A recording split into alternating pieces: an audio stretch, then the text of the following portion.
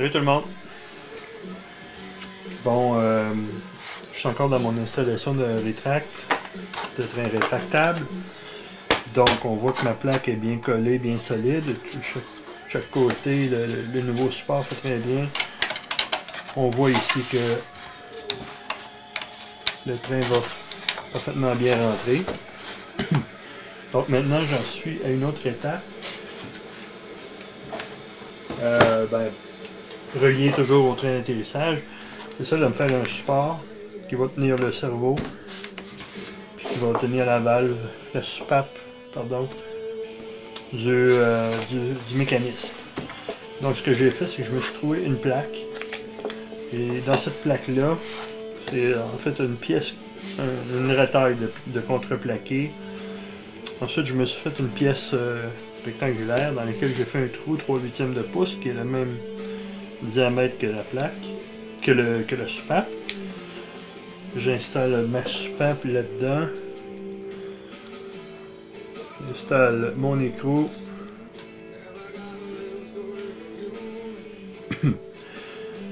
Donc l'objectif, ça va être d'aligner la soupape, le bras de la soupape ici, avec le mécanisme du cerveau, avec la roulette.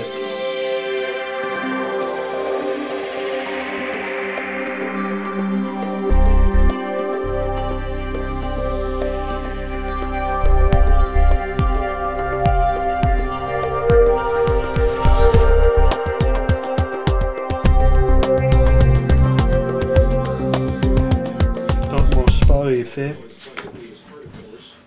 C'est assez solide. Je pense que ça ne bougera plus.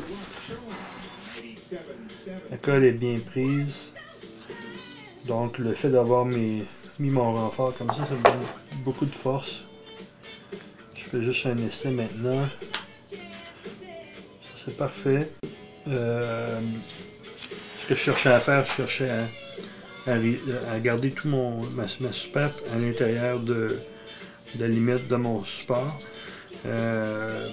Puis quand ma soupape est fermée, je voulais aussi que de ce côté-ci, ça ne dépasse pas le support. Comme ça me permet de tout délimiter, de tout garder dans un même assemblage assez compact pour que je n'aie pas ensuite de problème dans mon modèle à installer ou à ajuster toutes ces choses-là.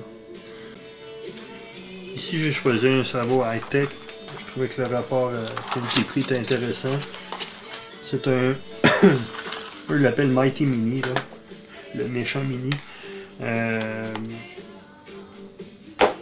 Chacun de ces cerveaux-là vient avec un ensemble de pièces et de quincailleries qu'on voit ici. Donc pour assembler le cerveau là-dessus, je vais utiliser ceci, on appelle ça des grommettes. Ça c'est des pièces de caoutchouc qui te permettent d'isoler le cerveau, les pièces électroniques, donc isoler des vibrations de ma structure. On vient tout simplement installer ces pièces-là sur les pattes du cerveau, comme ça. Et ensuite, une pièce en laiton ou en cuivre ici, qu'on voit. Cette pièce-là vient s'insérer dans le cerveau, dans le grommette, comme ça. Donc on voit qu'elle est évasée à un des deux bouts. La partie évasée va contre le rail du cerveau, donc vers la plaque. Et ensuite il y aura une vis qui viendra, on voit les vis sont fournies aussi. Cette vis-là va venir visser là, dans mon support de cerveau. J'installe les grommettes. Maintenant que mes grommettes sont installées, je viens marquer l'endroit où je vais percer.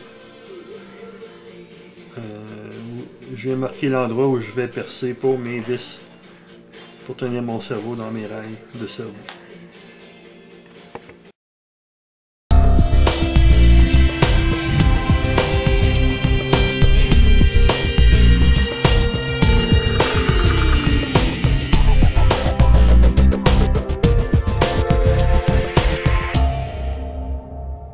Maintenant que mes vis sont installées, je veux juste porter attention ici. Les vis dépassent en dessous. Deux choses qu'on peut faire, à votre choix. Tu peux mettre un bloc de balsa. Petit bloc de balsa encore en dessous, dans lequel les vis vont venir visser. Comme ça, de chaque côté. Donc ça, c'est une des possibilités. L'autre, c'est de couper les vis. L'important, c'est que les pointes ne soient pas comme ça accessibles pour éviter qu'éventuellement, avec la vibration, un fil vienne se frotter dessus et coupe, ou une ligne des tuyaux d'air qui vient se couper à force de frotter ou s'user, parce qu'il y a quand même pas mal de vibrations dans un modèle. Donc voici, une fois assemblé, ma soupape de contrôle. On voit que tout ça reste compact à l'intérieur de ce que je m'étais établi comme paramètre. De ce côté-là aussi. Et donc, je suis prêt maintenant à trouver le bon endroit pour installer ça dans mon avion. J'ai un petit peu un casse-tête ici. Ici, ce serait là que j'aimerais avoir mon contrôle de mes trains d'atterrissage. Faut que je tienne compte de 2-3 affaires. Premièrement, ici j'ai mon train d'atterrissage avant, de l'avant de l'avion. Et on voit qu'il y a des tiges ici. Donc ces tiges-là vont servir à diriger l'avion au sol. Donc il y a un petit cerveau qui va être installé, je ne sais pas où encore. Et ce cerveau-là, probablement qu'il va être en haut de l'aéro ici. Et il va tirer avec 2 câbles. On appelle ça un système pole-pole. Et il va venir diriger l'avion. Par contre, il faut que j'essaie de voir, d'imaginer un peu où va être installé le système. Pour pas que les câbles viennent s'entourer autour de ma soupape ici. Le récepteur de l'avion devrait être de l'autre côté de cette plaque-là, de cette plaque de fixation-là. Et la batterie devrait venir ici, en théorie. Elle devrait venir ici en avant. Donc une fois comme ça, une fois le train est sorti, on a accès à la batterie. Accès à mon système de contrôle du train d'atterrissage. Une fois la trappe enlevée, on a accès au récepteur de ce côté-là, puis aux autres cerveaux qui sont là. Changement de programme. En fait, pas un gros changement, mais plutôt que de coller mon support de cerveau sur le mur, comme j'avais dit au départ, ce que j'ai décidé de faire, c'est d'y mettre des blocs et de percer, de mettre des blind nuts. Donc mon assemblage maintenant est fixé dans mon fuselage, comme prévu, accessible d'en dessous. Et en plus, il est démontable en enlevant 2 vis, 2 ou 3. J'en ai fait 3 en fait. Donc en enlevant 3 vis, j'ai mes 2 tuyaux, un pourpre, un rouge. Le rouge, finalement, c'est pour faire monter. Donc si je suis les instructions, le rouge est pour monter, le pourpre est pour descendre. Donc maintenant, c'est de passer tous mes tuyaux nécessaires pour mon système pneumatique.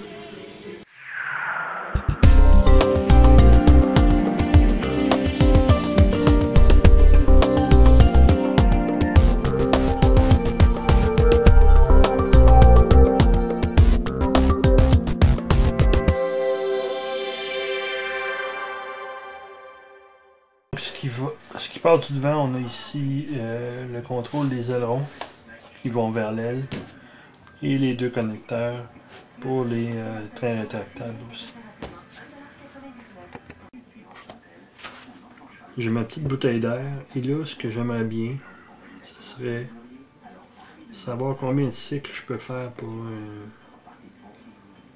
un tricycle, pour un train d'atterrissage avec 3 roues. Avec une petite bouteille comme ça. Moi,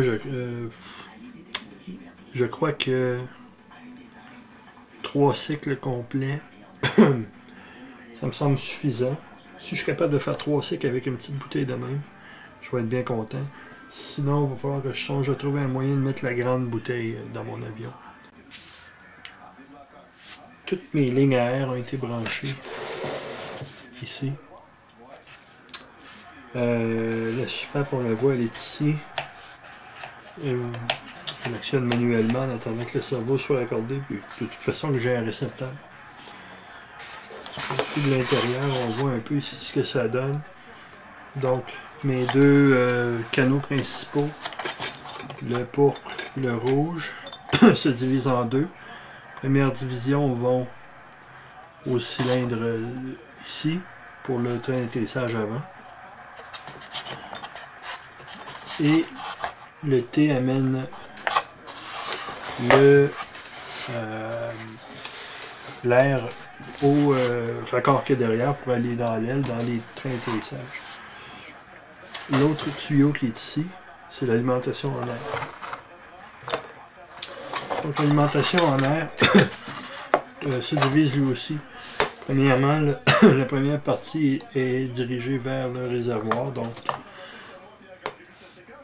pour alimenter la soupape. La deuxième partie va sur cette connexion-là. C'est dans cette connexion-là que je vais pomper l'air. C'est dans cette connexion-là que je vais mettre l'air pour remplir mon système. Là, j'ai une petite pompe ici, une petite pompe 12 volts là, avec une batterie au gel. 6$ Canadian Tire. Je dis pas que c'est bon, je dis juste que c'est pas cher. Maintenant, j'en suis au test. J'ai envie d'essayer. Évidemment, c'est le plaisir d'avoir monté ça, c'est de le faire fonctionner. Donc maintenant, je vais raccorder mon tuyau ici. Je vais pressuriser le système. Donc, je vais monter le système à 100 livres de pression. Je vais le laisser brancher ensuite, puis ensuite je vais actionner.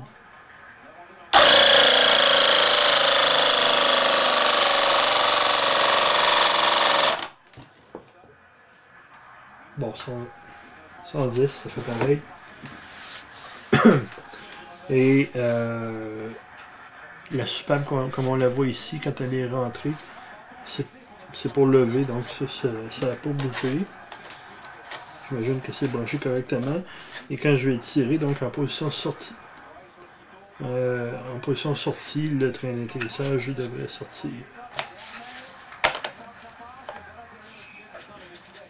Ça fonctionne bien.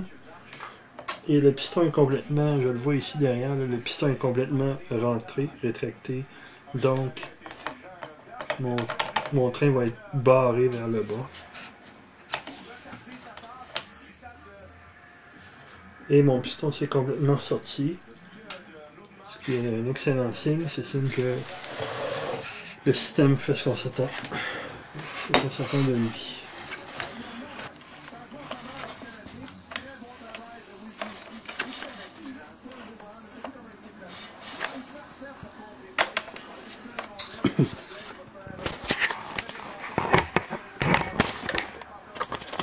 Et là, je l'actionne jusqu'à temps qu'il arrête de fonctionner pour voir à quelle pression et combien de cycles il va faire. Je crois que ça fait 6 à ce moment-ci.